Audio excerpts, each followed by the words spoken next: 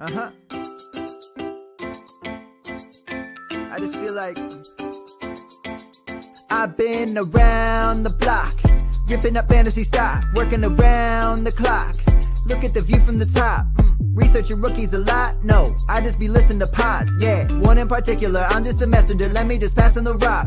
Browning, brunning, pruning, pronouncing ain't what he's doing. What he's doing is not losing, but infusing you with new things. And there's Dennis the Bennett, yeah.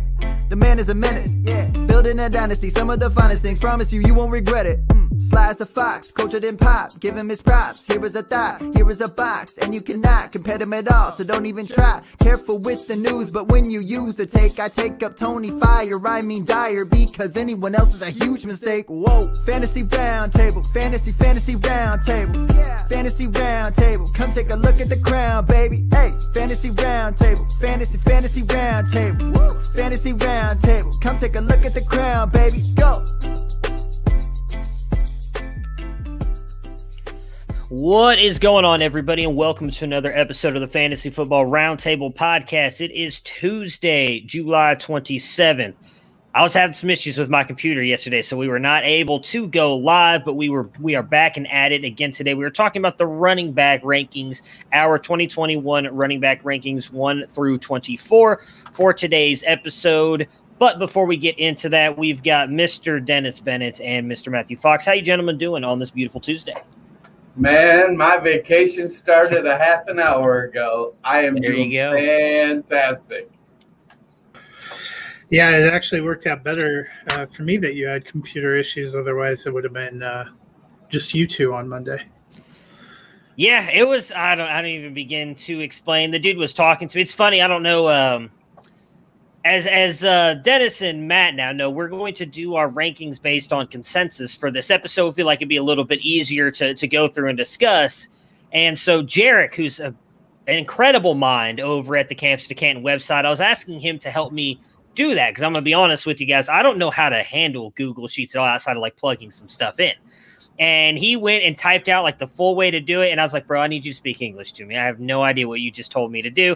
And it's the same thing with the computer guy when I went by this morning. He was explaining to me what was wrong with the computer. And I'm like, I understood computer in that whole sentence. That's about it. So I am glad to have it back, though. I was very worried with the way everything was kind of not working on me yesterday. Couldn't get my computer to stay connected to Wi-Fi. It was about time to buy a new computer, and the wife wasn't going to be happy with that. Out of town, spending a whole bunch of money, so it is what it is. But we are excited to be back and at it. We'll be talking about 1 through 24 today. On Thursday, Matt and myself will be here. We'll finish that up, and then on Monday, Dennis is going to be joining us from a discrete on location kind of thing. It's going to be reporting on location to talk wide receivers, right? Is that what we're doing on Monday? Yep. So he'll be on a secret location there to talk to us about the wide receivers. So I'm excited about that. Before we do that, though, I guess maybe we should talk a little bit about the breaking news happened yesterday. Aaron Rodgers did show up to camp. Looks like he's going to be playing for the Green Bay Packers. Any thoughts? We're all geniuses. All if of you us were did listening that. to us, it wasn't breaking news. Very true. No. But It's like my dad used to say, I'd rather be lucky than good. So yeah. I held steadfast to my belief that he was going to report, as did Matt and Matt. You guys held steadfast to your belief that he would report, and he did. Now, I will say in a couple of best ball drafts and I think maybe even in the Warrior Bowl draft, I did hedge my Aaron Rodgers bets by drafting Blake Bortles, which are now useless picks. But, you know, in the 20s, what you going to do? You picked Bortles over Jordan Love, or Jordan Love was already gone? Jordan Love was already gone, and yes, I would have picked Bortles over Jordan Love because I believe if Rodgers had not been there, they don't think Love is actually ready, and they would have played Bortles. Packers fans just, they were already drinking in celebration. Now they're just drinking to forget that you just said they might have had Blake Bortles. Yeah. Blake Bortles is an effective fantasy quarterback. That he is. The keyword really there being fantasy. He's very good in that garbage time. I'm going to be honest. I'm happy for all the people in Scott Fishbowl who got Aaron Rodgers and Devontae Adams very late because of all the panicking. Because he got taken one pick before I was going to take Devontae Adams in like the late 3rd round. I think he went. I was very, very upset about that, but happy for those people who got him. Even more surprising is than Aaron Rodgers reporting to the Packers is Deshaun Watson reporting to the Texans. Very true. I don't expect him to play at all this year, but that was very surprising that they actually the NFL let him show up and that he showed up. But I guess, they seem now more committed than ever to trade him. So I guess that's good news. And it seems like the NFL has taken the position that they don't have enough of a stance to put him on the exempt list, which I still find a little fascinating. So Dennis may end up winning out because he was the only one that ranked Deshaun Watson. That is true. Well, and I did rank him kind of low because I do expect him to miss some games. I feel like they're going to hold him out, and they're not going to – the NFL isn't going to rush a decision. They're likely to put him on the exempt list. And if nothing else goes different, I feel like he's still going to play. I feel like his finish is going to be – I think I got him down in the 20s somewhere. Yeah, you didn't have him very high. And it's going to be that way because he is – I'm kind of looking at him playing half the games. Before we jump into the running backs, PJ asks, Watson to Denver or Philly? I honestly don't think he gets traded this offseason. Unless they come out and say that he's good to go, he's going to play, no commissioner. Even if it's 6 games, then I see it. But without knowing any kind of where Watson is going to be commissioner exempt list or suspended for, I don't think anybody trades for him because they don't know how long they're going to get him for. And Houston thus far has said they'll listen to offers, but they won't come off of 3 first-round picks plus premium players. And with the unknowns, the Deshaun Watson legal issues could, as we've discussed, stretch into 2022 as well. You'll have a better idea next offseason. I think that would be more likely. Plus, the teams like Denver and Philly will have seen whether or not they're at desperate straits or not. Yeah. I would say the probably better, or not better team, but I would think the team that's going to be more willing to trade for him is Philly. I just feel like I hear them being talked about more, staying engaged in discussions than Denver. But I don't know. I could be wrong on that. I don't think he gets traded anytime soon anytime this year. So let's talk about the running backs. Should be no surprise to everyone, or I would think no surprise to everybody, that our consensus number 1 and our top 2 are consensus. Number 1, though, is Christian McCaffrey. Dennis, are you worried at all about him coming back off that injury? We really didn't get to see much of him last year. New quarterback with same offense, same offensive coordinator, head coach. Christian McCaffrey still the easy 1-1 for you, or was there a little bit of thought about moving him down? There's definitely some thought. I love McCaffrey's talent. He's still young enough that he catches enough passes that he doesn't run the ball quite as much as some of the top players. He's in the low 200s in carries versus the high 300s plus 100 targets. So he does have a significant injury that he had. And so, but the other guy I would have had up there maybe was Dalvin Cook. But he's got – I expect Cook to miss 2 games this year. I'm just hoping they're not, when I really, really need him, like in the finals or something like that. But when somebody's coming off an injury, I think you have to have some concern that it could be slower to heal as the player's getting older, or it could be something could happen and – he favor it in some way that causes an injury to occur somewhere else. I think we see it in the way that Saquon Barkley has been dropping down draft boards. Maybe he's not dropping out of the first at all, but where you were taking Barkley at easy number 2 last year, lots of people are getting Barkley at 108. So, there's definitely some concern, but I still think he's clearly the top talent at the position. Yeah, and I think for me, we saw him appear in 3 games. He managed to score 6 touchdowns, which has to be a pretty good sign that he's going to be incredibly productive in this offense. And unlike, a Saquon Barkley who had a ACL tear and had to have surgery, and who we already know they're going to have to baby and watch. McCaffrey had a high ankle sprain, which was obviously serious enough that he couldn't perform out there. But I think of it as a little bit of a different situation than some of the injuries that we've seen, which gives me a little bit better confidence. Usually what you need for that kind of an injury is time to heal and recover, and he had plenty of that sitting out during the off season. Yeah, for me, there was no real discussion about putting McCaffrey up at 1. Outside of last year, where, again, Matt, you just mentioned he only played in 3 games. He's played in 16 games in every single one of the seasons. Even when he's been a little bit dinged up, he's still gone out there and played.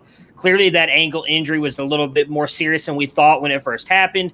And I do think a lot of the back end of the season, why they kind of just held him out and didn't let him play anymore, is there's no point in rushing out. In my opinion, one of your franchise building players, the guy you're going to build around for the future, there's no point in rushing him out there when you were kind of out of it. You weren't going anywhere. So with that offense, we saw what he was able to do in those 3 games, as Matt just mentioned. Was it 6 rushing touchdowns, right? It was 5 rushing touchdowns, 1 receiving. And 1 receiving.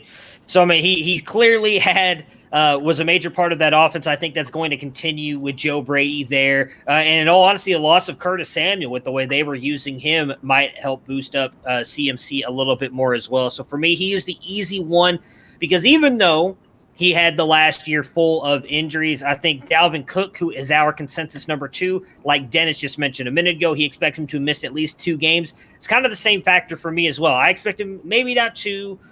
He's probably going to get banged up, maybe miss at least 1 game, just because that's what we've seen out of him in the recent past. So, Matt, was there any thought? You had him at 2, but how close was that to moving him even further down? Because a lot of people have him, for the most part that I've seen in the community, has been these 2 as the top 2 guys.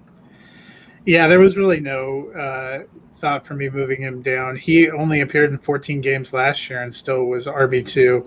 So even if you figure that he's going to miss a couple of games, he's been putting up good enough numbers. He's both a passing and receiving threat, or receiving and rushing threat, which you're looking for, and I don't think that's going to change. Minnesota runs their offense essentially through him. Dennis, anything you'd like to add? Okay. No, I think it was well spoken.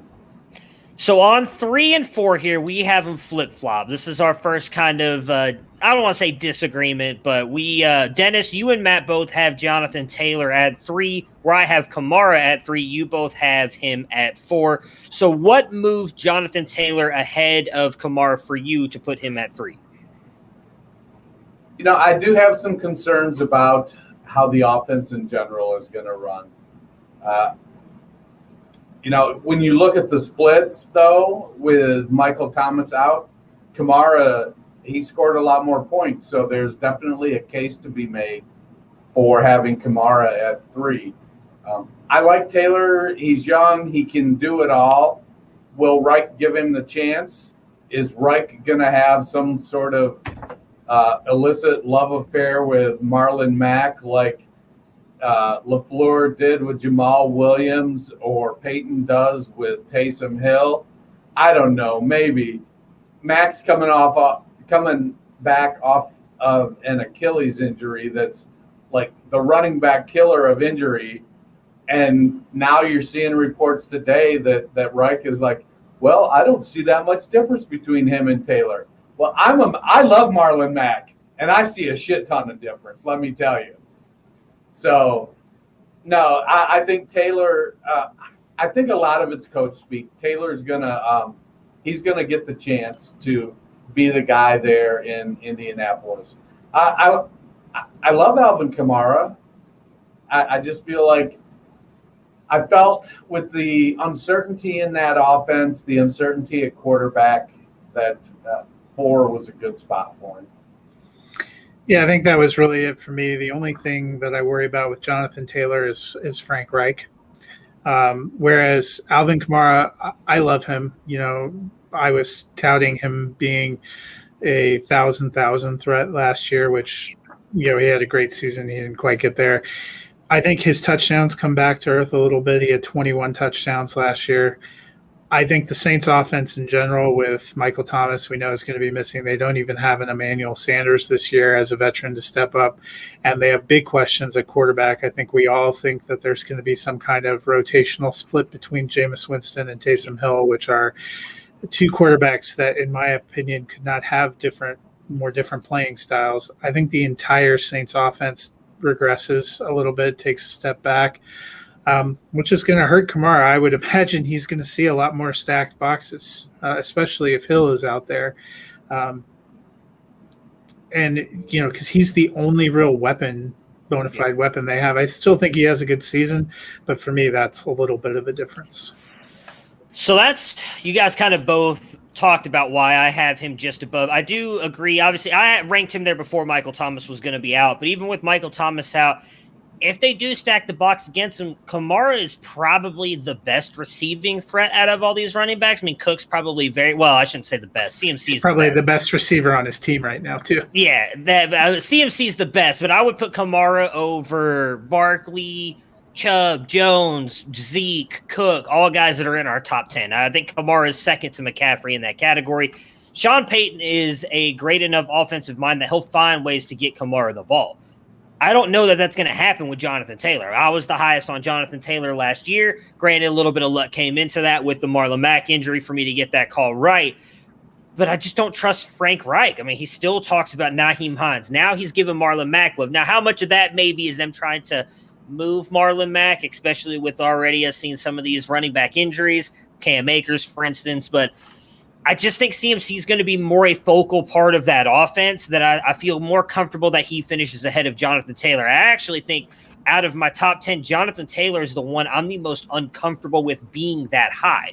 And I have him at 4 because I could see very realistically where Nyheim Hines goes out there and does get a lot of the receiving work. And then they find ways to mix in Marlon Mack here and there because Frank Reich is just, I don't want to say a bad coach because the Colts have been very good under his thing, but from a fantasy perspective, he is a bad coach. We hate that with a guy who's as good as Jonathan Taylor. PJ asked, any thoughts on having Jonathan Taylor at 2? He's young and plays with a great offensive line. He is actually my running back 2 in Dynasty, but this is for rankings strictly for 2021. No, I would not have him. There's no shot I would put him above Cook or CMC. Dennis, would you? No, not at this point. Not for redraft. No, in fact, like the reasons you brought up make me a little. I think his potential we saw last year, even with the usage with Reich, he ended up as RB6. Yeah, which is why I boosted him up to 3. But you are right; there is more inherent risk in him than the other 2. So that puts us, that was 3 and 4. At number 5, we have Saquon Barkley coming in at 5.33. That is because, Matt, you and Dennis have him both at 5 while I have him at 6. It hurt my heart to put the player I have over him at 5. But my biggest concern is all the talk about his knee. There's a lot of people, not only in the fantasy football community, who have medical backgrounds that talk about they're going to play him slow. Now, we heard Joe Judge come out and say that the other day that they're going to take their time with Barkley. They don't want to rush him back. They don't rush him back. I do think that's why they brought Devontae Booker in on the contract that they did. It was not just your simple backup contract. I wouldn't be surprised if Barkley doesn't start off the season getting even 50% of the carries and they slowly work him in. That's what dropped him a little bit for me. Do you have him up here at 5? Are you not quite as worried about that? I actually dropped him to 5 because I expected them to start him slow. If you thought that you were going to see a full 16 games at full health, I probably would have put him at 3 and slid Taylor and Kamara down. When we saw him play a full 16 games as a rookie, he was RB1. But when he played 12 games, I believe it was, or 13 in his second year when he had that high ankle sprain, he was RB10. So if you think you're going to get 16 games, but a few of them may be a little less robust, having him middle of the top 10 made sense to me. Yeah, I think I initially had him up at 3 early on in the summer. And as things have gone on, Taylor being healthy, Cook being healthy, Kamara, even with the offensive questions there in New Orleans, it was the same thing for me. They're gonna, and I don't think they're gonna temper his touches just at the beginning of the season. I think they're looking long term. That's why they wanted to upgrade their backup so they could. Now, I don't know that Devontae Booker is an upgrade over Wayne Gallman. I kind of like what Wayne Gallman did last year. But they've set Barkley up to probably, even in his best games, experience, a 5 to 10% reduction in snaps and touches across the entire season. So it's when you have somebody that's been injured, and he's been injured a couple times now, they're going to try to preserve him. He's an immensely talented player. Yeah, I 100% agree with that. He's still one of my favorite running backs in the league. I gave away a haul a couple of years ago to move up to 101 in my draft to get him in my main home league because I love watching Barkley do what he did at Penn State. I mean, he single-handedly did all kinds of stuff against the Buckeyes, and not even in the rushing game. I think he only had like 40 rushing yards in that game against Ohio State. It was all in special teams and in the receiving game because they just couldn't get anybody to stop him. So he is definitely a special kid, and I cannot wait to see him come back and be healthy because I do think that's a key part to as well. Daniel Jones being successful, as we talked about on the quarterback episode. So I mentioned I did not have him at 5. I had Barkley at 6. My 5 is Derrick Henry. Dennis, you had him at 6, and Matt, you had him at 7. And for me, I just don't think we're going to see Derrick Henry fall off just yet. I think maybe this is the year because I've switched my position, but for like the past 2 years, I've been saying I don't think Derrick Henry can keep doing it. He keeps doing it. I think a lot of the early years for him at Tennessee where they weren't using him as much has helped continue. And I also think he's just a different breed. He's not the same kind of running back. I do think he's special in that aspect. And I expect, even though with Arthur Smith gone, them bringing in Julio Jones, where I talked about, I think they are going to run the ball more. I do think when they get down into the red zone, Derrick Henry's still going to be that guy, and he's still going to get his 20-plus carries. I think out of all the players in the top 12, he is the one guy I am the safest knowing he's going to get that rushing volume regardless of what the score looks like, what's going on. Tennessee could be down 21 points in the third quarter, and they're still going to find ways to give Derrick Henry the ball. So he is the one guy, volume-wise, I'm safest. In my opinion, he's the safest in getting that. And as we saw with Melvin Gordon a couple years ago, volume's king in fantasy. You don't have to be that good, and Derrick Henry is good. Dennis, Matt, you were the lowest on him, though, out of the three of us, 7, only 2 spots away. What kind of dropped him a couple spots for you? But he, of these receivers, although the guy I have at 6, or of these running backs, the guy I have at 6 is not a huge receiver either, but I think he's a better, more active receiver than Derrick Henry. So he's not getting receiving work. I think he is still going to be a workhorse on the ground. I did start to think about it and get a little nervous listening to our friends Colin and Austin on Canton Bound worried about somebody who's taken that many carries over the last 2 years, and he's been 350 plus. Last year was 378, I believe. I think he will come back to earth a little bit, and without that receiving upside, I just dropped him a couple of spots to number 7. Not seriously dropped him, but a little bit back. Yeah, I want to believe Henry is going to continue to produce at that level. But like anything, if you keep repeating something, the teams you're playing start to figure out new ways to stop it. And they've changed offensive coordinators. I do think that largely they're going to continue to do what's made them successful under Vrabel, which is to run the ball with Derrick Henry. But I as much as they want to talk about throwing him the ball, I don't know if they can change their spots when it comes to him. They're going to give him 25, 28, 30 carries and 1 to 2 targets a game. I don't think that's enough to I don't think that's enough to lift him over some of these guys. At number 7 here, we have Nick Chubb. He comes in at 7.67 in our consensus. Matt, you have him at 6. I have him at 7. Dennis, you have him at 10. Dennis, why are you lower on Chubb? Is it the Kareem Hunt factor? What are your thoughts on why you have he's still in the top 10 for you, but down to 10? I really struggled with this one a lot because he's just a slightly smaller version of Derrick Henry with probably a better offensive line. But I do think that offense in general is going to try to be a little bit more versatile. I'm not going to be the least bit surprised if Chubb finishes as RB3, just based on his rushing. But I do think he'll catch a few more passes. I think they like to use Kareem Hunt. They paid him to stay. It wasn't like they didn't give him veteran minimum pay. They signed him to, a 3-year extension? Yeah. They've got a couple good tight ends with Hunter Harrison Bryant and Austin Hooper. I think OBJ, as much as the team excelled in his absence last year, there's no denying he's a weapon. I'm not super high on him because I think Baker is going to spread the ball around. He's going to throw it to who's open, and he's settled enough in his career now. He doesn't feel the need to force the ball. And I think the same thing is going to happen with Nick Chubb. That team feels comfortable. They don't have to hammer Chubb 25 times to, one, feed Chubb's ego. He probably has the least amount of ego as any of those running backs out there. He's a consummate team guy. So I'm probably a little low on him, but I do have some concerns about the ball getting spread around some and him losing some volume in that regard. Yeah, and for me, he was RB11 playing only 12 games last year. I think going up to 6, that seems to fit the role in the offense that he has.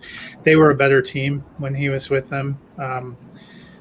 I think even if he doesn't get substantially more receiving work, he's going to be a big part of their game, even as they take a little step forward with the passing game. And I don't think Hunt disappears, but as you and I talked about, Matt, Hunt wasn't incredibly productive when he had a lion's share of the touches. I think he has more of a specific role on that team.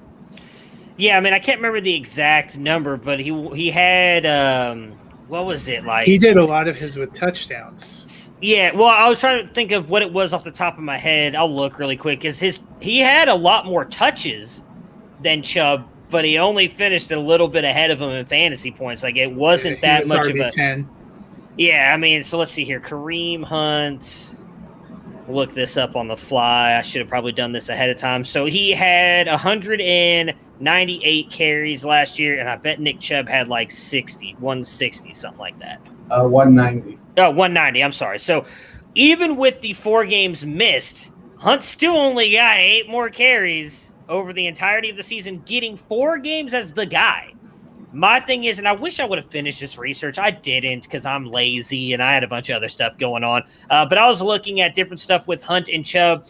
And throughout the first part of the season before Chubb got hurt, Hunt was only really coming in at the end of the third and in the fourth quarter. He was not getting – he got a couple touches here and there in the first and second. He was not mostly used. It was Chubb throughout the entire thing, and then Hunt. And then at the end of the season, and this is where I do expect this to change in the second half. And, Coach, I see your question. I'll put that – or we'll talk about that in a second.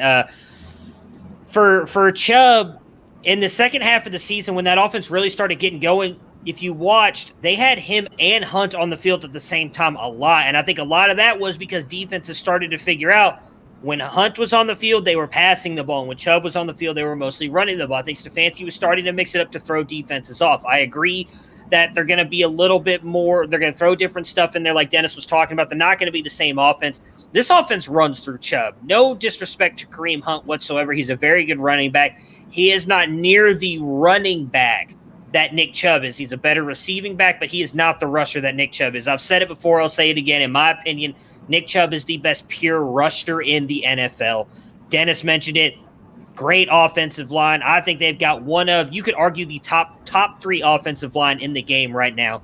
Nick Chubb, even if he doesn't get that much, I think is going to eat in this offense because of how good that offensive line is. He's going to get a little bit more receiving work.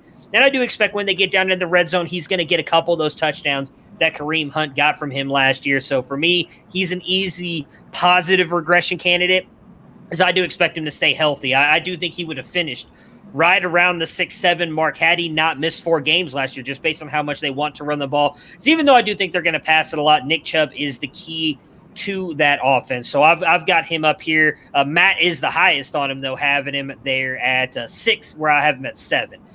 So that brings us in at 8 with a 8 consensus ranking here of Zeke Elliott, all within one spot of each other. Dennis at 7, me at 8, and Matt at 9. So Dennis, you've got him there at 7. Is that just a bounce back season for Zeke now that Dak's back? I mean, what was he? RB 15 last year, something like I think he was 12. I actually don't think he fell Yeah. outside the top 12. He for the shit everyone gave him, he still had a pretty good fantasy season. So I mean, like, really, bounce back from fucking what? I mean, right. And you know, we can see all the shirtless pictures of these guys. And by the way, did you see the one of Tyron Smith today? I have not, but I guess I need to go check that out. I think it was Xavier Pope who was like, he looked like he was made in Wakanda and healed on uranium or something like that. Dude, he did not look like he was an offensive lineman, that's for sure. No, I think that getting 3 of his starting offensive linemen back, getting Dak back to spread the ball around some more, Dallas is going to, their defense has made some improvements, but it's still not great. They're going to need to score a ton of points on offense, and we saw at the beginning of last season with the weapons that they have, they are going to be explosive. And if they get leads, they're going to grind it with Elliott. We've seen him going all the way back to his freshman season at Ohio State. He's just a powerful running back. 6 foot, 230 pounds, 225 pounds, and he's a hammer, and he's got some speed. He's got great vision. He can catch the ball really well. To me, I feel like at 7, I'm probably low on him. Matt, any thoughts? Yeah, I mean, I think he's going to have a good season. I still think they're more of a passing team. I like him catching passes too, but I wouldn't be surprised if they do use Tony Pollard a little bit this season. We saw how well he played last year, and I think Dallas has aspirations of getting into the playoffs and playing well throughout. So Zeke not getting any younger, they may moderate some of his workload during the season, and if they're throwing for a lot of touchdowns, that's going to hamper his ability to get scores. But they have a better offensive line. In terms of health, Dak's going to be back. I think it's going to be a good season for him. Yeah, not much to add. I think, we talked a little bit about it on our Cowboys preview. I think Dak coming back from that serious ankle injury, they want to try and limit him running the ball as much as possible, improving offensive line for the Cowboys. I think Zeke's going to, again, bounce back. I looked, Dennis, he actually finished 9. So is bouncing up to 7 really a bounce back? He's good, and he's going to continue to be good. I think just having Dak there helps his production a little bit more because defenses can't quite key in on him knowing that you've got a great quarterback like that back there. So at 9, our consensus, our 9th ranked player, but a consensus of 10 is Aaron Jones. He comes in with me having him at 9, Dennis at 13, and Matt there at 8. So I didn't move him. We talked a little bit about this at the beginning of the episode. We all thought Aaron Rodgers was going to stay, and that's what left me to rank him up here this high. Whether the touchdowns come back a little bit, having A.J. Dillon there, I do think is going to be a factor. What Aaron Jones could do in the receiving game and just the rushing game alone, I think Packers are all in to try and win a Super Bowl in the next couple years. There's talks that Aaron Rodgers is going to get extended. I think Aaron Jones is going to be a beast for them. They re-signed him for a reason. So, Dennis, your thoughts on Aaron Jones? Again, not really much lower than us. You had him at, I just lost it, 13, so just outside the top 12, but still a good season for him you're projecting. I think a lot of it is going to be touchdowns. He's still going to get rush. I feel like he's going to lose touches in the rushing game to A.J. Dillon. He's going to we used to be frustrated last year with Jamal Williams coming in, taking snaps, taking pass plays away from Aaron Jones. And so I think where Jones is going to make up some touches is going to be in the passing game. But I think when I was looking at what I felt like he might do this year, I only had him projected for like 700 rushing yards or something because I feel like they're going to get A.J. Dillon more involved. And then, the Packers are trading for Randall Cobb, and so it's Aaron Rodgers this season, man. It's wheels up. They're going to be throwing the ball more than ever now that they get Randall Cobb back. So that's kind of facetious, but no, I like Aaron Jones. I just feel like some of the guys I have ahead of him are going to score more points. Yeah, I mean, Aaron Jones has been incredible the last couple of years. We thought he would take a step back last year after having a ton of touchdowns in 2019. He didn't fall back that far. I believe he was running back 5. So, I'm taking a little bit of a step back. I think A.J. Dillon will get carries, probably replace the carries that Jamal Williams got, but that receiving work, that's not really A.J. Dillon's strength. So I think that all stays with Aaron Jones. And, even if they get Randall Cobb to come back, Aaron Jones and Devontae Adams are really the heart of that offense. You'd expect Tanyan to contribute some, but I think Aaron Jones is an easy top 10 running back. Next, same with the same consensus here for us at 10, but is coming in as our number 10 running back, right? Yes, 10 is Joe Mixon.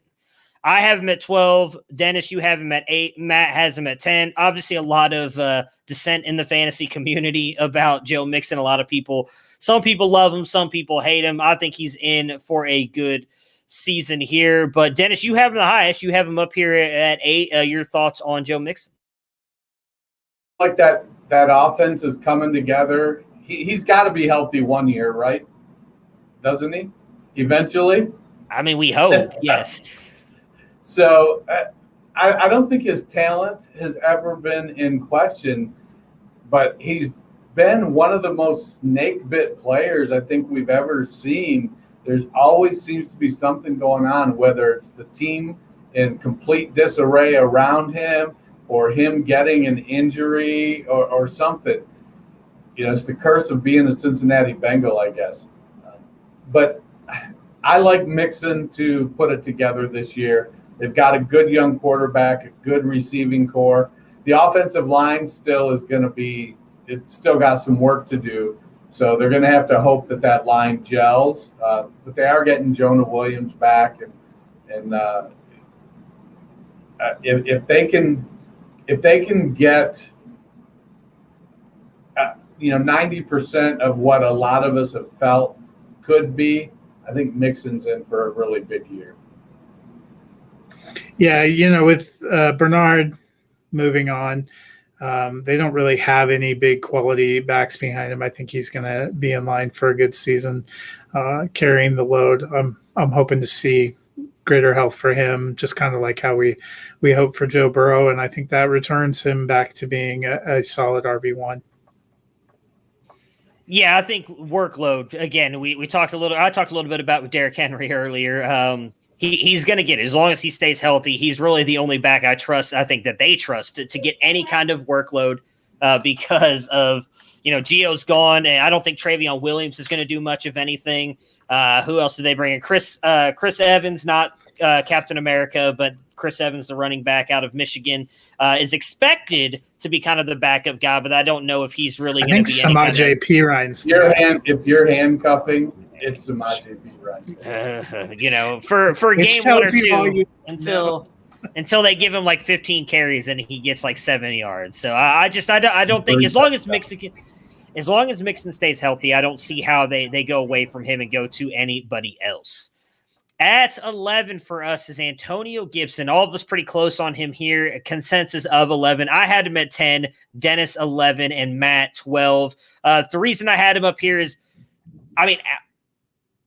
wow. Okay, that was awesome. All right, so outside of the, I assume you guys didn't hear that. It sounded like thunder just struck my house. So outside, I guess thunder can't do that, but lightning can. Yeah, I remember. I'm getting that correctly. Okay, Meteorology school. I'm not gonna lie, that scared the shit out of me. So I apologize. That came out of nowhere. It's bright as hell outside. What was I talking about? I'm completely thrown off. Antonio Gibson. I think with it, if he didn't get the toe turf injury, I think he continues to take that step forward last year. And now bringing in a guy like Ryan Fitzpatrick, who we talked a little bit about when we did the Washington team preview, funny enough, with age, he seemed to be more consistent. I don't think he has quite those big turnover-prone games. I think adding a guy like him, a competent quarterback back there with the weapons they've got, good offensive line, it's been improving. Great offensive coordinator. No, I shouldn't say great offensive, but a good offensive coordinator who had a better version of him in CMC in Carolina. We saw what they were able to do with him. I think Antonio Gibson is in for that kind of workload. Same thing with what we just talked about with Joe Mixon. I don't expect any of those guys to really step up behind him. So as long as Gibson can stay healthy, I think he gets the workload and he's the guy moving forward for the Washington football team. Yeah, I think he's going to get the volume. He had 170 carries last year. I think he picks up more in the passing game to the detriment of J.D. McKissick. I know a lot of people have been out there with McKissick as a zero RB darling, but I feel like he's going to be a big letdown. Gibson played wide receiver in college. He knows how to run routes and catch ball, and he weighs 230 pounds. So I think Gibson is going to, be in the 250, 260 carry range and probably catch 40 to 50 passes pretty comfortably. And that's going to impact McKissick. So I like the volume he's going to get. I think with they've put some work into their O-line and they've put some work into their receivers. And so it has the potential to be quite a exciting offense. Yeah, we talked about it before. I think he takes a little bit of a step forward. So I have him. He was RB13 last year. I have him at RB12. I expect a pretty strong workload, both as a rusher and a receiver. I think Washington in general is going to have a decent offense and be a playoff contender. All right, so number 12 for us is Najee Harris from the Pittsburgh Steelers, the rookie, the highest rookie in our rankings. It was Cam Akers, obviously the Cam Akers injury, which we've talked enough about, obviously, with that happening. Has dropped him out of there, and it moved Najee up. He was outside of our top 12 before Akers' injury. I have him at 11. Dennis, you have him at 9. Matt, you have him at 13. I imagine that the reason you have him at 13, again, you're outside the top 12. It's not like you have him down at 23, but is possibly concerns about the offensive line and the hits that they've taken? Yeah, their offensive line isn't great. So when I was looking at some of the other running backs that I have higher, I like their situation better. I think he's going to be a good Russian receiver. I wouldn't be surprised if he finishes top 12. I'm not as bullish on Pittsburgh in general this season. So I thought 13 seemed like a pretty fair rank. No, I'm in on Harris. I think he doesn't have any competition to speak of. Mike Tomlin has historically liked to use one back, and Harris has the build to be that back. You're not a Benny Snell stan? I like Benny Snell. He's just not as talented. I love Marlon Mack, but give me Jonathan Taylor all day. He's going to get the ball. He's going to catch the ball. There's still some question about what's the long-term effect of the elbow on Ben and his ability to throw the ball downfield. I think it'll be better than last year, but I don't think he's going to have the bombs away ability that he used to have. So that means they're going to have to grind it out, and Gibson's going to be the guy grinding it out. He's set up for success. I know usually a rookie comes out of nowhere and finishes in the top 12. I don't think one's coming out of nowhere this season. I think we all see him coming, and if we keep saying no, it's because we're. Yeah, so for me it is Harris. I'm kind of with Dennis here, so I'm not going to add much to it. I think the Steelers are going to lean on him. The offensive line concerns do worry me, which is honestly why I have him down here at 12 or 11, I think is what I ranked him at. 11, and that's just, again, the offensive line does worry me a little bit. It is poor, but getting rid of Finkner and them talking about them wanting to have a more balanced offense, I'll be honest, I'm not a Benny Snell stan. I don't think he's good. I don't think any of those guys are good. So I think it's going to be Najee Harris a la whatever it is when Jerome Bettis was there and you had Le'Veon Bell. I'm not trying to say that Harris is either one of those guys, but I think he's going to get the kind of workload that both of those guys got there with them. And I think they realize, well, I'm not quite as high on Pittsburgh either. We talked about them with that. Their team preview. I do think that they know and they are all in the next couple seasons because Big Ben is on his way out. They need to win now. So I think that's why they drafted Harris in the first round. He's going to be the guy for them. At 13, we have Austin Eckler. He comes in with a consensus of 12. I had him ranked at 13, Dennis 12, and Matt 11. Matt, I'll kick it to you here first. Any worries about the changing in the offense? We don't know what this offense is going to look like, and a possible regression from Justin Herbert. A lot of people talk about. You think that hurts Eckler, or he's still going to be fine? I think Eckler's going to be good. He had good chemistry with Herbert in the games he played last year. He's never going to be the 1,200-yard rusher. But he makes the most, especially in PPR, of his receptions, and he is clearly the best running back they have. They didn't really add to that group. You could even say they subtracted from that group, letting Kalen Ballage go to Pittsburgh. Joshua Kelly was not incredibly impressive last year. Justin Jackson has never really gotten it all together. So I think Eckler is going to be good, and I think we're going to see him bounce back up there into low-end RB1 territory. You're muted.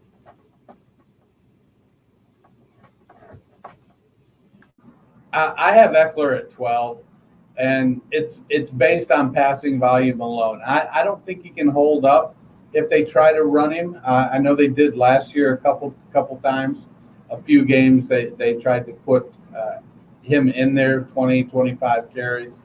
And he can do that for a game or two. But you've got second-year man Joshua Kelly. I think he had the rookie funk going on last year, and Justin Jackson still struggles with staying healthy. They do have a pretty explosive passing game with Mike Williams and Keenan Allen, and who was that other cat? Jalen Guyton. Yeah. So they've got that, they have some ability in the passing game. And Herbert, it's funny, he's going to be a sophomore, and is it time for the sophomore slump? Let's hope not. I hope not. I have substantial shares of Justin Herbert in Dynasty, and he's not my third quarterback, it's safe to say. So I like Eckler to keep doing what he's doing, but I feel like because he doesn't run the ball as well or as frequently, it really limits his upside. Yeah, I agree with you there. I think the one thing that definitely boosted him up is you had Lombardi come out and say that he wants to use him like Alvin Kamara. So if that's the case, we've seen, Alvin Kamara's, as much as I love him, I think he's a really good player. I think I like I said, I had him ranked up as at 3 for me this year. He's not quite as good a runner as some of these other guys in this group, but he's a phenomenal receiver, and I think you can say the same thing about Eckler. He's very good in the receiving game. May not be quite that guy in between the tackles. He can run in between the tackles, but he's not quite a Nick Chubb, Zeke Elliott, Saquon Barkley type. Herbert, even if he does regress a little bit, I still think Eckler is going to be fine. As long as Eckler stays healthy, which, again, I say that's a moniker put on him. And as Matt always points out to me, he's only missed like 3 games in his entire career. So, but he did miss a lot of time last year. As long as that doesn't happen this year, I think Eckler's going to be just fine. Wouldn't be surprised if he jumps up higher than this. But as Dennis has said a couple times here, to echo his sentiment, there's just guys above him I like more. I just think they've got a little bit more upside. So it's hard for me to put him in my top 12 where both of you have him. So I was kind of the one dragging him down a little bit here. Kamara has after his rookie season has never had fewer than 170 carries. Yeah. And in his career, Eckler has never had more than 132. Ooh, so okay, I'll put over under then for both of you at 150. Having Lombardi there is his assuming he stays healthy, obviously. 150 over under. Under. I'm going over. I think I would go over as well. As long as he can stay healthy. I mean, that might be. I guess. He had 116 in 10 games last year. It's probably the over, but it won't surprise me. Well, yeah, last year was his real first year without Melvin Gordon as well, too, right? I know Melvin Gordon held out for a while that year before, but last year was the first year Gordon wasn't there. He was with Denver. Am I remembering that correctly? Yes, that's correct. Okay. So yeah, this could be a big year for him. I could be wrong, and you two could be right with him being in the top 12. So next up for us at 14 is DeAndre Swift, and he comes in exactly at 14 because we all have him ranked at 14. So I'm going to let Dennis kick this one off first, as he is the Lions fan of the podcast. Dennis, your thoughts on Cam Akers, on DeAndre Swift? It's going to be a terrible team. Let's just get that out of the way. I think they're really going to struggle at receiver. They're going to need some people to step up. Perriman and Tyrell Williams that's a rough couple guys to have as your top receivers. And for all the love Amon-Ra St. Brown is getting, I still think that he's probably a long way from having leading a team at the wide receiver position in his rookie year. So that being said, DeAndre Swift can carry the ball. He's 212 pounds. So he's not a little guy. He may be short, but he's not little. He's a great pass catcher. I think if anybody is going to do the Alvin Kamara clone job, it's going to be DeAndre Swift, not Austin Eckler.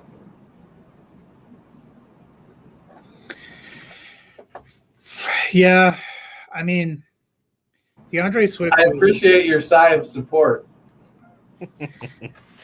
DeAndre Swift was RB18 last year with, kind of limited work. So Detroit's offense isn't going to be great, but I still think he comes up because I think it's really going to be TJ Hawkinson, him, and Jamal Williams in the passing game, and him and Jamal Williams running, and he's just too talented. I think 14 isn't a major jump over where he was last year, which is probably reflective of if it was a better team, maybe you would give him a bigger jump. I wanted to put him in my top 12, but that's what holds me back.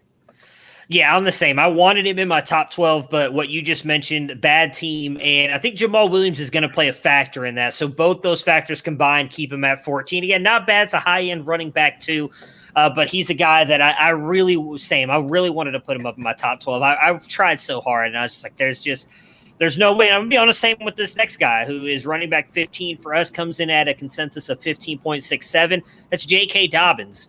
Dennis, you and I both have him at 15. Matt, you have him at 17. For me, it's Lamar Jackson. I think we talked about it on the Ravens preview. He's one of the best athletes on the field whenever he's on the field. And regardless of I do think them wanting to pass the ball more with the receivers they drafted this year, Lamar Jackson is a game changer with his legs. And so that's just never going to not be there, at least not until he maybe gets older and tries to work more from the pocket. So for now, I think that's going to affect J.K. Dobbins somewhat, and then it's always going to limit his upside. You add in a guy like Gus Edwards, who is not a zero at the running back position either. He is very good and is going to get some work. It drops J.K. Dobbins down here for me. Yeah, so I think I'm the lowest, obviously, but only by a couple spots. For me, it's I think he's going to be a great factor, but they're not a high-volume passing attack. So even if he gets some passing work, they added more receivers. I just still don't see Baltimore throwing a ton. But then Lamar Jackson is one of their best runners, and, I still think he's going to end up splitting time with Gus Edwards, who they brought back. Yeah, I think they're going to continue to use Gus the same way that they have, kind of as a change of pace. I think Dobbins is going to be pretty clear the number one. I like him to be in the same kind of role as Aaron Jones and DeAndre Swift. They're going to get most of the running back touches, but they're not going to dominate them. They're going to get most of the running back receptions and targets and that aspect of the game. But that's the player that's going to be on the field. Dobbins may suffer from Lamar Jackson both during touchdowns and some of these other guys that run the ball, Kyler Murray and whatnot. I like Dobbins a lot. He's one of those guys that I look at and I think, you know what? He could rush for 1,800 yards this year, or he could rush for 800. What's going to happen? Hopefully not 800. Yeah. So just Although, maybe hopefully for Matt he is at 800 because that might mean the Ravens are less good. Yeah. So just a heads up, if I cut out here, it's because we're getting like 50-mile-per-hour winds right now, and I like lose my internet connection. So it's getting a little weird over here right now. So at RB16, to move to the city. I'm technically like in a city. I'm not really that remote. It's very. I'm in the second largest city in Colorado. We get that all the time. Yeah, so. It's like the weather here this year has been very weird. I really don't appreciate it. It's pissing me off a little bit. But he comes in at consensus of 16.33 for us. Matt, you had him at 15. Dennis 16. I was the lowest on him at 18, and that's Clyde Edwards-Helaire. So Matt, you were the highest on him. Tell me why I should move him up a couple spots. I mean, I think in this range, my 15 to 18, I don't really have incredibly strong feelings, but I think he's probably in the most high volume offense of some of the running backs here. Darrell Williams will probably carry some. I know they added Jerick McKinnon. That doesn't totally move the needle for me. I think Edwards-Helaire had a solid rookie season, was not very good in the red zone. So if he has a little bit better red zone luck and carries, he bumps up a little bit. I thought RB15 for a guy who's going to get a good chunk of carries and good action in the passing game in a strong offense made a lot of sense. My biggest concern with Edwards-Helaire isn't that he's not going to get the share of the running back touches or share of the running back targets. It's that the running back position in general is not going to get a large share of the targets and the touches. I feel like Kansas City's going to be a low-volume running team. They've got Kelsey, they've got Hill, they've got Mecole Hardman. I think they're going to continue to try to be explosive. Edwards-Helaire will get some, but he's not going to get the volume that would make him, an RB7 or an RB8. I think he's going to have a good year, but if we're still placing last season's expectations on him, we're going to be disappointed. He's almost not David Montgomery in that aspect, that he just doesn't, where Montgomery falls a little bit short athletically, and still gets the touches. Helaire falls a little bit short in the work volume, but is a little bit more athletic. And so it's troubling to me because I feel like he should get more, but they're gonna pull him and they're gonna put in Darrell Williams for what? Because, he's a better blocker. After we heard a whole bunch about how Edwards-Helaire was a great blocker in college, and then he gets to the NFL, and he absolutely sucks at pass blocking. So it's I don't know. I'm a little troubled by the potential for them to limit his touches because they're throwing the ball to other people. Yeah, I just don't think that he's going to get as much workload as everybody else is. I know there's a lot of people saying that, he's in for a huge season. They're going to give him the ball. He's going to be the guy. I just don't see that. The past couple of years, we really haven't seen that with Andy Reid outside of, again, the Kareem Hunt year. And we talked a lot about that when it happened. Alex Smith was the quarterback. He didn't have – let's just be honest. One of the greatest quarterbacks to ever play the game at this point with what Patrick Mahomes can do. And he's not even been in the league for more than 5 years. Mahomes, the way he can pass the ball and the weapons they have around him, is just going to limit what CEH can do. That's just it. End of story, in my opinion. I don't think, they talked about – I can't remember who brought this up. Someone posted it online the other day on Twitter about how many times they gave him the ball in the red zone. They're like, see, once he gets a couple of those touchdowns, he's going to shoot up the boards. Yeah, the problem is, look at that. They gave him the ball that many times in the red zone. He still couldn't score the ball because he's just a smaller running back. He's not running anybody over. But me, there's no linebackers in the league that are my size. So I just don't think – I do think what Dennis was just saying, Darrell Williams is going to get some Joker of that. might be your size. I mean, maybe that's not true. I'm average woman's height. So, I mean, and CEH is right there with me, though. Let's be honest. So that's my whole point. I just don't, not saying that women can't play football. They can. I've seen some women who terrify. We just need to clip the audio of you saying I'm average woman's height. That's my thing. I truly believe that. I'm not a very tall person.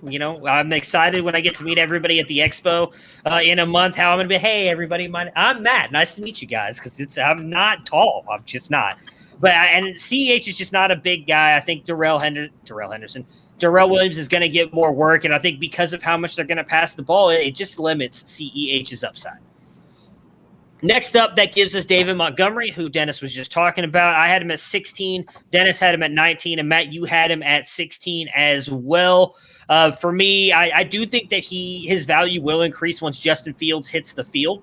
Because I think that's going to help open things up for him a little bit with what Fields can do with his legs. But I've said before, I think that limits that's not going to happen until week 3. I think Andy Dalton is going to start at least week 1, possibly lose his job in week 2. But for me, I really think that Montgomery could see an increase once Fields gets out there. We saw a little bit of that with Mitch Trubisky in the second half of the season, but as long as Dalton there, it limits him. I'm not as worried about Tariq Cohen as others. Matt, you have him the lowest out of the 3 of us. No, I'm sorry, you're tied with me. Dennis, you have him the lowest out of the 3 of us. Is it a worry about Cohen? Is it worried about bringing in Damian Williams? What are your thoughts on Cohen? Was that you cut out for a second? Were you asking me that? Yep, you're the lowest. Yeah.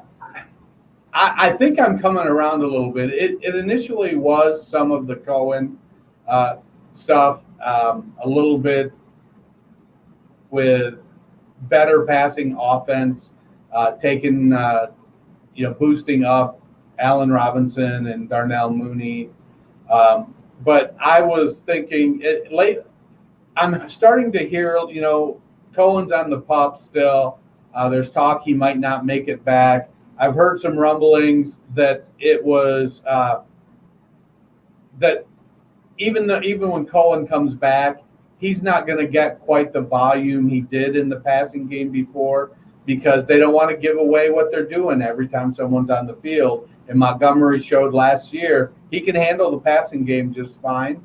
So I feel like there's a chance that in 3 weeks I might be thinking more along RB 15 or 16 for Montgomery.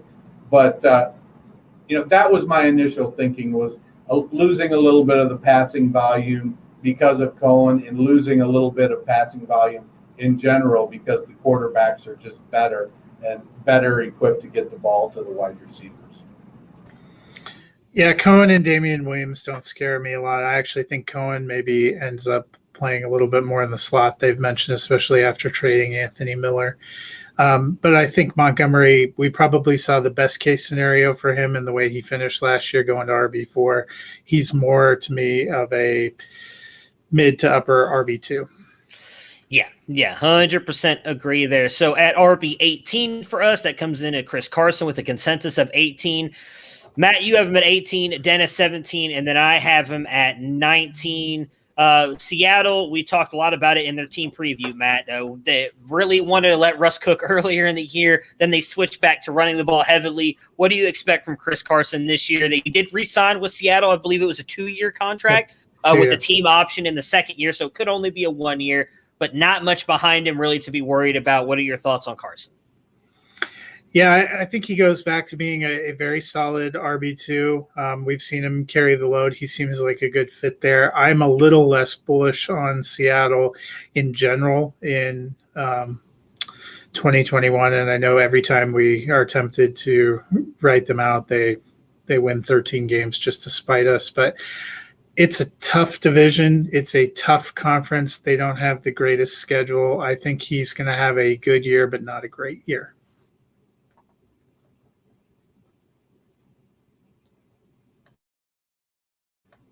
You're muted. Yeah.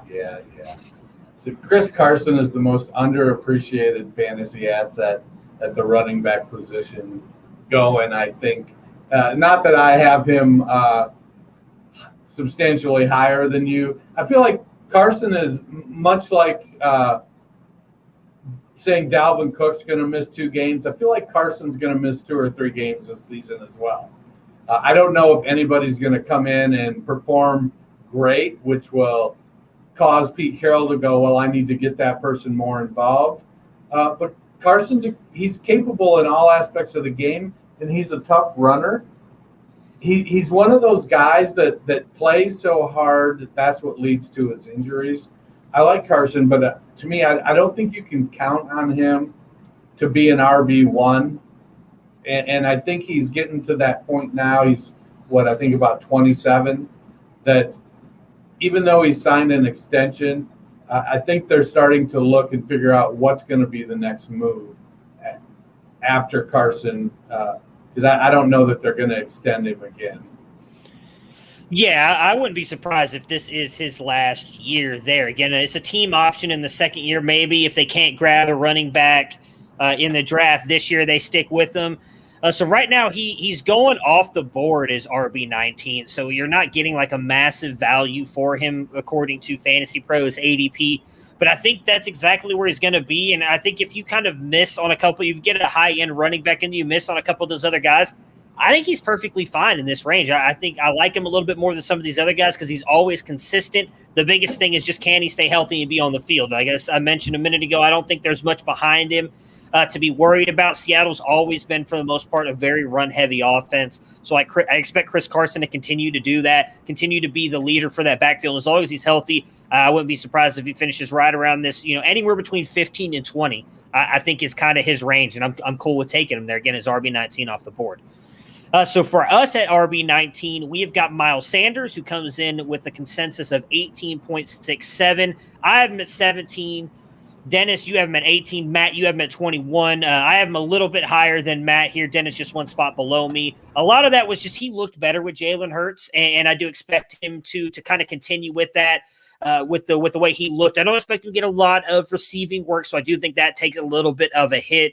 But rushing wise, he was the guy I had above Josh Jacobs. I'm pretty sure at times I had him above David. I think I finished whenever we finished our rookie rankings that year. I think I had him above David Montgomery as well. I still think he's a very good runner. The injuries and that offense altogether worry me, but the offensive line is coming back together. They're talking about it's going to be healthy this year. If those guys can stay healthy, I expect them to be able to clear some holes for Miles Sanders. So overall, I expect Sanders to have a decent year, but over here at 17, he's coming in as a consensus, same as he's right there tied with Chris Carson as RB19 off the board. So I'm good with that. I think I take him as a little bit of a discounted price in my opinion, because he does have that ability to jump up close to 12 or 13. But Matt, you are the lowest on him out of the three of us. What are your thoughts on Sanders? So I don't think the Philly offense is going to be great. He's been remarkably consistent in that he's started 11 games each of his first 2 seasons. He doesn't play full season, so I think you have to. It's hard until I see it for me to trust that he's going to be there. As a rookie, he was a huge part of the passing game. He got 63 targets, caught 50 passes. Last year, he really wasn't. I think he's dealing with a running quarterback. They also have other pass-catching running backs. They just drafted Kenneth Gainwell. They have other receivers. So for me, that's why I drop him down to more of a low-end RB2. He's never had more than 867 yards rushing in any season. He's not had more than 6 rushing touchdowns. If he's not going to get substantial passing work, I think that's what inhibits him from getting up higher. Yeah, Sanders to me is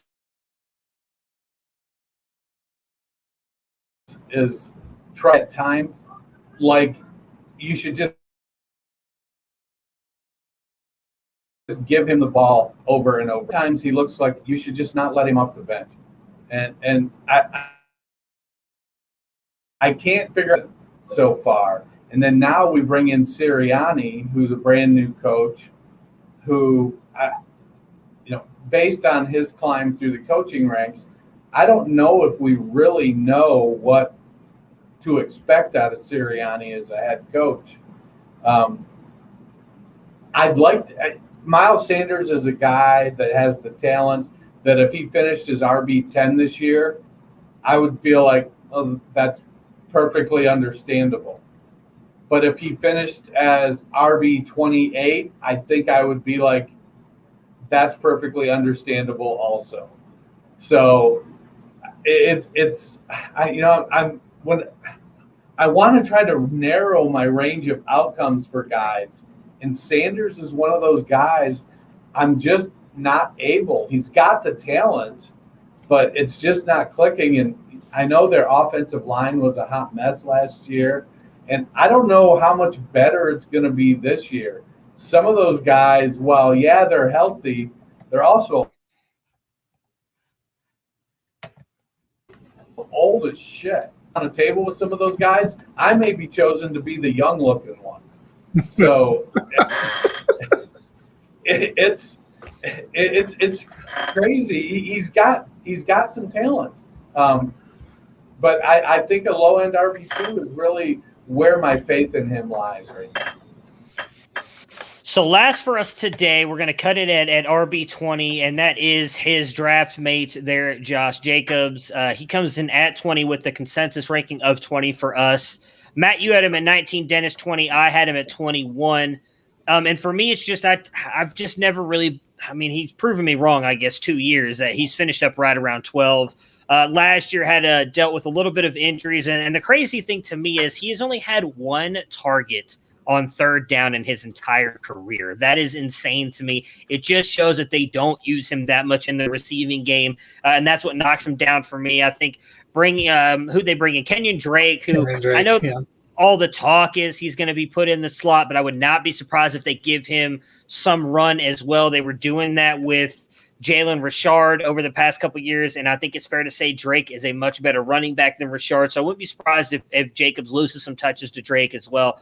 All in all, I think Jacobs still going to be a running back too. Wouldn't be surprised if he jumps a little bit higher than this, but I don't think he finishes around that RB12 or even probably a highest I see is right around the 15 range for me.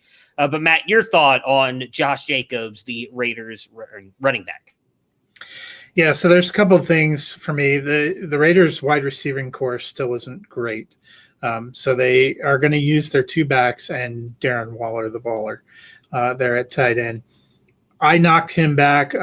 Some people like to think he could be a low end RB1. I put him back to a lower end RB2 for two reasons. One, their offensive line is a question mark at best, probably, with all the players they had going out the door. I listened to Mike Mayock talk glowingly about how excited he is about that group. He has a lot more faith in them probably than even their parents do at this point in time. So that's a concern. And then what you talked about, I think Kenyon Drake is probably going to share some of the rushing load. He'll probably be more like a Jamal Williams kind of player that we've seen in there. He will carry the ball. He will get pass catching. He actually wasn't the pass catching specialist in Arizona, which is what I find so amusing by his signing there. And everybody just assumes he's going to be the pass catching specialist. He rushed for almost 1,000 yards last year for Arizona. I think he's definitely going to carry the ball. So to me, that's what knocks Jacobs back a little bit, but he's been very durable and he's performed well. I mean, as a rookie, he ran with what they say a fractured shoulder blade. So, I think he'll give you low end RB2. I just think there's a ceiling to what he can give you. Yeah. Jacobs is one of the most script dependent running backs today in the NFL. And if the Raiders for some reason are able to find a hot streak and get some leads, Jacobs could way up. He could reach that low-end RB1 ceiling that he flashes occasionally. But it's all going to come down to what's the game script. And if they're close or playing from behind, it's going to be all Kenyon Drake. Drake is going to be in there. And it wouldn't surprise me if Drake becomes the runner then, and Richard, who's still there, becomes the change of pace receiving back. I'm not sure why John Gruden is so down on Josh Jacobs receiving, he seemed to, I mean, granted, at Alabama, Jacobs just didn't play a lot, period. But when he did play, he seemed to catch the ball just fine when it was thrown to him. He looked like a competent receiver.